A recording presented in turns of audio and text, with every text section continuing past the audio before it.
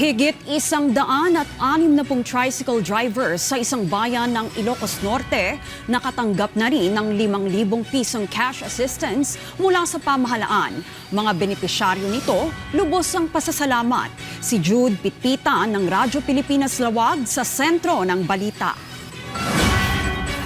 Tila nabunutan ng tinik sa dibdib ang mga tricycle driver dito sa Burgos, Ilocos Norte matapos matanggap ang 5,000 pesos na tulong pinansyal mula sa Department of Social Welfare and Development o DSWD. Simula raw kasi nang umabot sa 100 pesos per liter ang gasolina, tumigil muna pansamantala sa pamamasada ang ilan sa kanila.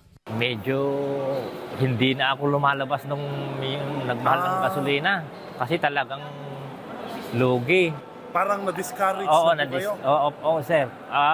Sinubukan ko rin lumabas.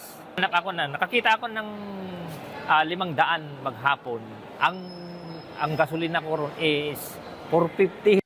Si Kuya Dennis naman, ipandadagdag daw sa gasolina ang natanggap niyang tulong mula sa pamahalaan, lalo na 50 pesos na lang ang kinikita ng ilan sa kanila sa pamamasada ng tricycle.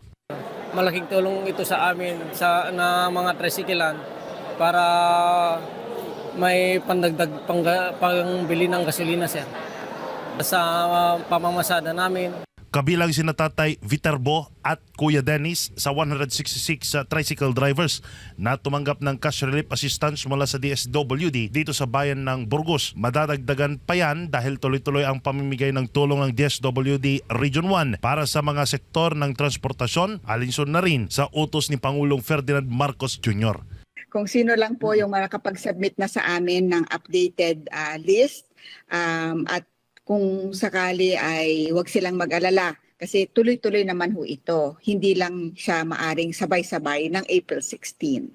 Sa gitna ng mataas na presyo ng mga produktong petrolyo, patuloy na nakaalalay ang pamahalaan sa mga driver na gaya ni na Tatay Viterbo at Kuya Dennis. Programa kung saan ramdam ng mga Pilipino ang aksyon at malasakit ng pamahalaan. Mula rito sa Ilocos Norte para sa Integrated State Media, Jude Pitpita ng Radyo Pilipinas, Radyo Publiko.